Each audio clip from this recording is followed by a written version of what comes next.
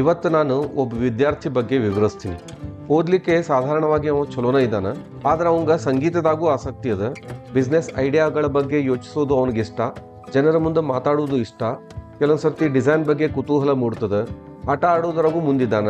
ನೀವು ಅವಂಗ ಅಕಸ್ಮಾತ್ ಕೇಳಿದ್ರ ನೀ ಮುಂದೆ ಏನಾಗ್ಬೇಕು ಅನ್ಕೊಂಡಿದ್ದಿ ಅಂತ ಹೇಳಿ ಅವನ ಹತ್ರ ಸ್ಪಷ್ಟವಾದ ಉತ್ತರ ಇರುವುದಿಲ್ಲ. ಇದರ ಅರ್ಥ ಅವಂಗ ಗೊಂದಲದ ಅಂತಲ್ಲ, ಆದ್ರೆ ಅವ ತನ್ನಂತಾನ ಬೇರೆ ಬೇರೆ ದಿಕ್ಕುಗಳಲ್ಲಿ ಕಲ್ಪಿಸ್ಕೊಳ್ಳಬಲ್ಲ. ಇಂಥ ಸಂದರ್ಭದಾಗ ಸಾಮಾನ್ಯವಾಗಿ ಏನಾಗ್ತದಂತಂದ್ರೆ ಅವನು ಸುತ್ತಮುತ್ತಲಿನ ಜನ ಹೇಳಲಿಕ್ಕೆ ಶುರು ಮಾಡ್ತಾರ, ನೀವು ಯಾವ್ದಾದ್ರು ಒಂದರ ಮೇಲೆ ಫೋಕಸ್ ಮಾಡಬೇಕು, ಒಂದು ಫೀಲ್ಡನ್ನು ಮಾತ್ರ ಆರಿಸ್ಕೋ, ಬೇರೆ ಕಡೆ ಗಮನ ಕೊಡಬೇಡ. ಹಂಗ ನಿಧಾನವಾಗಿ ಹಿಂದೊಮ್ಮೆ ಕುತೂಹಲಕಾರಿ ಇದ್ದ ವಿಷಯ ಅವಂಗ ಗೊಂದಲದಂಗ ಕಾಣಿಸ್ಲಿಕ್ಕೆ ಸ್ಟಾರ್ಟ್ ಆಗ್ತದೆ. ಹಿಂದೊಮ್ಮೆ ಪಾಸಿಬಲ್ ಆಗ್ಬೋದು ಅನ್ನೋ ವಿಷಯ ಇವತ್ತು ಸಮಸ್ಯೆ ಅಂತ ಹೇಳಿ ಭಾಸ ಆಗ್ತದೆ. ಇಲ್ಲಿ ಒಂದ್ ಸ್ವಲ್ಪ ನಿಂತು ವಿಚಾರ ಮಾಡೋಣ, ಯಾಕಂದ್ರೆ ಇಲ್ಲೇ ನಾವು ಮುಖ್ಯವಾದ ವಿಷಯವನ್ನ ತಪ್ಪಾಗಿ ತಿಳ್ಕೊಳ್ತೀವಿ. ಅವಂಗೇನು ಬೇರೆ ಬೇರೆ ಫೀಲ್ಡ್ ಒಳಗೆ ಇಂಟ್ರೆಸ್ಟ್ ಇತ್ತು, ಅದಕ್ಕೊಂದು ಹೆಸರದ, ಅದಕ್ಕೆ ಮಲ್ಟಿ ಪೊಟೆನ್ಶಿಯಾಲಿಟಿ ಅಂತ ಕರೀತಾರ. ಇವತ್ತಿನ ವಿಡಿಯೋ ಮಲ್ಟಿ ಪೊಟೆನ್ಶಿಯಾಲಿಟಿ ಬಗ್ಗೆ. ನೀವು ನಮ್ಮ ಚಾನಲ್ ಅನ್ನು ಸಬ್ಸ್ಕ್ರೈಬ್ ಮಾಡದೇ ಇದ್ರೆ ಈಗ ಸಬ್ಸ್ಕ್ರೈಬ್ ಮಾಡ್ರಿ.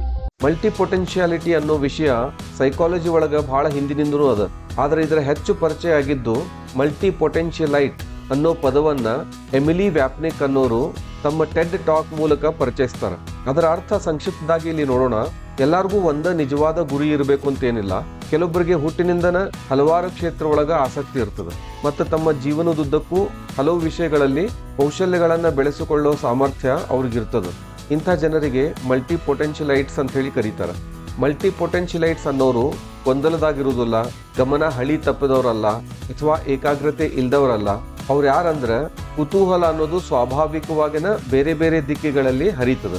ಆದ್ರೆ ಅಂಥವರಿಂದ ಪ್ರಪಂಚ ಬೇರೆನೇ ನಿರೀಕ್ಷಿಸ್ತದೆ. ಪ್ರಪಂಚಕ್ಕೆ ಒಂದು ಸ್ಪಷ್ಟ ಉತ್ತರ ಬೇಕು, ಒಂದು ಗುರುತು ಬೇಕು, ಒಂದು ಲೇಬಲ್ ಬೇಕು. ಹಾಗಾಗಿ ಮಲ್ಟಿ ಪೊಟೆನ್ಷಿಯಲ್ ವ್ಯಕ್ತಿಗೆ ಅವರು ಕ್ವಶನ್ ಕೇಳಿದಾಗ ಅವ ಒಂದು ಉತ್ತರ ಕೊಡ್ಲಿಕ್ಕೆ ಸಾಧ್ಯವಾಗದ ಹೋದ್ರೆ ಅವಂಗ ಪ್ರೆಷರ್ ಫೀಲ್ ಆಗ್ತದೆ. ನನಗೆ ಸ್ಪಷ್ಟತೆ ಇರಬೇಕು, ನಾನು ಯಾವುದಾದ್ರೂ ಒಂದನ್ನ ಆರಿಸ್ಕೊಳ್ಬೇಕಾಗಿತ್ತು, ನನ್ನಲ್ಲಿ ಏನೋ ತೊಂದರೆ ಅದ ಅಂತೆಲ್ಲ ವಿಚಾರ ಮಾಡಲಿಕ್ಕೆ ಪ್ರಾರಂಭ ಮಾಡ್ತಾನೆ. ಆದ್ರೆ ನಿಜ ಹೇಳ್ಬೇಕಂದ್ರೆ ಅವನಲ್ಲಿ ಯಾವ ತೊಂದರೆನೂ ಇರುವುದಿಲ್ಲ. ಅವನ ಬಗ್ಗೆ ನಿರೀಕ್ಷೆಗಳೇನು ಇರ್ತಾವ ಅವ ಸಂಕುಚಿತ ಆಗಿರ್ತಾವ. ಒಂದು ವೇಳೆ ಈ ಕಥೆಗೆ ನೀವು ಕನೆಕ್ಟ್ ಆಗಿ ಇದು ನಿಮ್ಮದ ಕಥೆ ಅಂತ ನಿಮ್ಗೆ ಅನ್ಸಿದ್ರೆ ಈ ವಿಡಿಯೋ ಪೂರ್ತಿ ನೋಡ್ರಿ. ಯಾಕಂದ್ರೆ ಇಂಥ ಮಲ್ಟಿ ಪೊಟೆನ್ಶಿಯಾಲಿಟಿ ಇರೋ ವ್ಯಕ್ತಿಗಳು ಏನ್ ಮಾಡ್ಬೇಕು ಅನ್ನೋದು ನಿಮ್ಗೆ ಕ್ಲಿಯರ್ ಆಗ್ತದೆ. ಮಲ್ಟಿ ಪೊಟೆನ್ಶಿಯಾಲಿಟಿ ಅನ್ನೋದು ಸುಮ್ಮನೆ ಬರೋ ಆಸಕ್ತಿ ಅಲ್ಲ, ಅದಕ್ಕೊಂದು ಕ್ರಮ ಅದ. ಒಂದ ಹಾದಿ ಒಳಗ ಆಳವಾಗಿ ಹೋಗೋ ಬದಲು ಈ ವ್ಯಕ್ತಿಗಳು ಬೇರೆ ಬೇರೆ ಕ್ಷೇತ್ರಗಳನ್ನ ಅನ್ವೇಷಿಸ್ತಾರೆ. ಕಾಲಕ್ರಮೇಣ ಆ ಬೇರೆ ಬೇರೆ ಕ್ಷೇತ್ರಗಳನ್ನ ಪರಸ್ಪರ ಜೋಡಿಸ್ಲಿಕ್ಕೆ ಶುರು ಮಾಡ್ತಾರೆ. ಇದ ಇವರ ಮುಖ್ಯ ಶಕ್ತಿ. ಇದನ್ನ ಐಡಿಯಾ ಸಿಂಥೆಸಿಸ್ ಅಂತ ಹೇಳಿ ಕರೀತಾರೆ. ಇವರು ಬೇರೆ ಬೇರೆ ವಿಷಯಗಳ ಜ್ಞಾನವನ್ನು ಪಡೆದು ಅದನ್ನು ಹೊಸದಾಗಿ ಯಾವುದಕ್ಕೋ ಸೇರಿಸ್ತಾರೆ. ಉದಾಹರಣೆಗೆ ಟೆಕ್ನಾಲಜಿ ಮತ್ತು ಡಿಸೈನ್ ಸೇರಿ ಹೊಸ ಉತ್ಪನ್ನಗಳ ಆವಿಷ್ಕಾರ ಆಗ್ಬೋದು, ಆಹಾರ ಮತ್ತು ಅನುಭವ ಸೇರಿ ಹಾಸ್ಪಿಟಾಲಿಟಿ ಬ್ರ್ಯಾಂಡ್ ಆಗ್ಬೋದು, ಸೈಕಾಲಜಿ ಕಮ್ಯುನಿಕೇಶನ್ ಸೇರಿ ಲೆಕ್ಚರ್ ಅಥವಾ ಲೀಡರ್ಶಿಪ್ಗೆ ದಾರಿ ಆಗ್ಬೋದು. ಇದು ಗಮನ ಹಳಿ ತಪ್ಪುವುದಲ್ಲ, ಇದು ಜ್ಞಾನವನ್ನ ಸಮನ್ವಯಗೊಳಿಸುವುದು.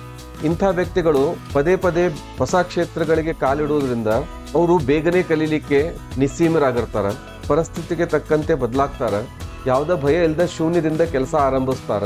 ಅವ್ರಿಗೆ ಯಾವುದೋ ಒಂದು ಕ್ಷೇತ್ರದಾಗ ಹೊಸಬರಾಗಿರ್ಲಿಕ್ಕೆ ಮುಜುಗರ ಇರುವುದಿಲ್ಲ, ಯಾಕಂದ್ರೆ ಅಂತ ಕೆಲಸ ಅವರು ಹಲವು ಬಾರಿ ಮಾಡಿರ್ಬೋದು. ಇವರು ಕನೆಕ್ಟಿಂಗ್ ದ ಡಾಟ್ಸ್ ಮಾಡ್ತಾರ, ವಿಷಯಗಳನ್ನ ಜೋಡಿಸೋದು. ಬೇರೆಯವರು ಈ ವಿಷಯಗಳಿಗೆ ಸಂಬಂಧ ಇಲ್ಲ ಅಂತ ಭಾವಿಸೋ ಟೈಮ್ ಒಳಗ ಇವರು ಸಂಬಂಧವನ್ನ ಹುಡುಕ್ತಾರ. ಸೊ ಹಂಗಾಗಿ ಇವರು 3 ಕ್ಷೇತ್ರ ಒಳಗ ಬಹಳ ಇಂಪಾರ್ಟೆಂಟ್ ಆಗ್ತಾರ. ಅದು ಆವಿಷ್ಕಾರ, ಇನೋವೇಷನ್, ಸಮಸ್ಯೆಗಳನ್ನ ಬಗೆಹರಿಸೋದು, ಪ್ರಾಬ್ಲಮ್ ಸಾಲ್ವಿಂಗ್, ಆಮೇಲೆ ನಾಯಕತ್ವ, ಲೀಡರ್ಶಿಪ್. ಯಾಕಂದ್ರೆ ನಿಜ ಜೀವನದ ಸಮಸ್ಯೆಗಳು ಒಂದ ವಿಷಯಕ್ಕೆ ಸೀಮಿತ ಆಗಿರುವುದಿಲ್ಲ, ಅವುಗಳಿಗೆ ಹಲವಾರು ದೃಷ್ಟಿಕೋನಗಳ ಅಗತ್ಯ ಇರ್ತದೆ. ಆದ್ರೆ ಇಲ್ಲೊಂದು ಐರನಿ ಅದ. ಈ ಶಕ್ತಿಗಳು ಬಹಳ ಪ್ರಬಲವಾದದ್ದು. ಜೀವನದ ಆರಂಭ ಒಳಗ ಇವು ಸುಲಭವಾಗಿ ಕಣ್ಣಿಗೆ ಕಾಣುವುದಿಲ್ಲ. ಯಾವುದೋ ಒಂದು ವಿಷಯ ಒಳಗ ನಿಮ್ಮ ಮಾರ್ಕ್ಸು ನಿಮ್ಮ ವಿಷಯದ ಆಳವನ್ನ ಅಳಿಬಹುದು, ಡಿಗ್ರಿಗಳು ನಿಮ್ಮ ವಿಶೇಷತೆಯನ್ನ ಅಳಿಬಹುದು. ಆದ್ರೆ ನೀವು ಎಷ್ಟು ಚೆನ್ನಾಗಿ ನಿಮ್ಮ ಆಲೋಚನೆಗಳನ್ನ ಜೋಡಿಸಬಲ್ಲರಿ ಅನ್ನೋದಕ್ಕೆ ಯಾವುದೋ ಪರೀಕ್ಷೆ ಇರುವುದಿಲ್ಲ. ಹಿಂಗಾಗಿ ಮಲ್ಟಿ ಪೊಟೆನ್ಶಿಯಾಲಿಟಿ ಇರೋ ಜನರು ನನಗೆ ಬಹಳ ವಿಷಯಗಳು ಇಷ್ಟ ಅಂತ ಹೇಳಿದಾಗ ಜನರು ಏನ್ ಅನ್ಕೋತಾರಂದ್ರ ಈ ಮನುಷ್ಯ ಸೀರಿಯಸ್ ಆಗಿಲ್ಲ, ಯಾವ ವಿಷಯವನ್ನು ಆಳವಾಗಿ ಇವನು ಗೊತ್ತು ಮಾಡ್ಕೊಳ್ಳಿಕ್ಕೆ ಹೋಗುವುದಿಲ್ಲ ಅಂದ್ಕೋತಾರೆ. ಆದ್ರೆ ಅದು ನಿಜ ಅಲ್ಲ. ಒಬ್ಬ ವ್ಯಕ್ತಿಗೆ ಹಲವು ಆಸಕ್ತಿಗಳಿದ್ರೆ ಅವರು ತಮ್ಮ ಕರಿಯರ್ ಅನ್ನ ಹೆಂಗ್ ರೂಪಿಸ್ಕೊಳ್ಬಹುದು, ಇದಕ್ಕೆ ಬೇರೆ ಬೇರೆ ಮಾದರಿಗಳವ. ಮೊದಲೇದ್ದು ಗ್ರೂಪ್ ಹಗ್ ಮಾದರಿ. ಗ್ರೂಪ್ ಹಗ್ ಅಂತಂದ್ರೆ ಗುಂಪಿನ ಅಪ್ಪಿಗೆ. ಅಲ್ಲಿ ನಿಮ್ಮಲ್ಲಿರೋ ಹಲವು ಕೌಶಲ್ಯಗಳನ್ನ ಒಟ್ಟಿಗೆ ಸೇರಿಸಿ ಒಂದೇ ಕೆಲಸದ ರೂಪದೊಳಗ ಮಾಡ್ಲಾಗ್ತದ. ಎರಡನೇದ್ದು ಸ್ಲ್ಯಾಶ್ ಕರಿಯರ್. ಸ್ಲ್ಯಾಶ್ ಅಂತಂದ್ರ ಇದು ಅಥವಾ ಅದು ಅಥವಾ ಇನ್ನೊಂದು ಹಂಗಂದಂಗ. ಉದಾಹರಣೆಗೆ ಲೇಖಕ, ಭಾಷಣಕಾರ, ಸಲಹೆಗಾರ, ಹಿಂಗ ನೀವು ಬೇರೆ ಬೇರೆ ಫೀಲ್ಡ್ ಒಳಗ ಪರಿಣಿತಿ ಹೊಂದಬಹುದು. ಇನ್ನೊಂದು ಉದಾಹರಣೆ ಡಿಸೈನರ್, ಡೆವಲಪರ್, ಆಮೇಲೆ ಆಂಟ್ರಪ್ರಿನರ್. ಸೊ ಮೂಲವಾಗಿ ನಿಮಗ ಒಂದು ಕೆಲಸ ಬಂದ್ರ ಆ ಕೆಲಸಕ್ಕೆ ಸಂಬಂಧಪಟ್ಟಿರೋ ಹಲವಾರು ಕೆಲಸಗಳನ್ನ ಒಟ್ಟಿಗೆ ಮಾಡುವುದು, ಅದಕ್ಕೆ ಸ್ಲಾಶ್ ಕರಿಯರ್ ಅಂತ ಹೇಳ್ತಾರೆ. ಮೂರನೇದು ಐನ್ಸ್ಟೀನ್ ಅಪ್ರೋಚ್.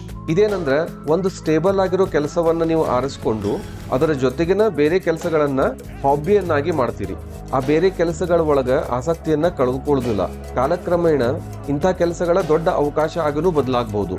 ಹಂಗಾಗಿ ನಿಮ್ಮ ಗುರಿ ಹಲವಾರು ಆಸಕ್ತಿ ಇಲ್ಲದಂತೆ ಮಾಡುವುದಲ್ಲ. ನಿಮ್ಮ ಗುರಿ ಏನಿರಬೇಕು ಅಂದ್ರ ಆ ಹಲವಾರು ಆಸಕ್ತಿಗಳನ್ನ ಒಂದು ಕ್ರಮಕ್ಕೆ ತರುವುದು. ಈಗ ಒಂದು ಹೆಜ್ಜೆ ಹಿಂದೆ ಸರಿದು ಒಂದು ದೊಡ್ಡ ಸಮಸ್ಯೆಯನ್ನು ನೋಡ್ರಿ. ಮಲ್ಟಿ ಪೊಟೆನ್ಷಿಯಲ್ ಜನರಿಗೆ ಆಗಾಗ ಗೊಂದಲಾಗ್ತದೆ. ಯಾಕಂದ್ರೆ ಸಮಾಜ ನೀವು ಯಾವ್ದಾದ್ರು ಒಂದು ಫೀಲ್ಡ್ನಾಗ ಸ್ಪೆಷಲಿಸ್ಟ್ ಆಗಿರು ಅಂತ ಹೇಳಿ ಎಕ್ಸ್ಪೆಕ್ಟ್ ಮಾಡ್ತಿರ್ತದೆ. ಆದ್ರೆ ಮಲ್ಟಿ ಪೊಟೆನ್ಷಿಯಲ್ ಒಂದು ಸ್ಟ್ರೇಟ್ ಲೈನ್ ಅಲ್ಲ, ಇದೊಂದು ನೆಟ್ವರ್ಕ್ ಇದ್ದಂಗ.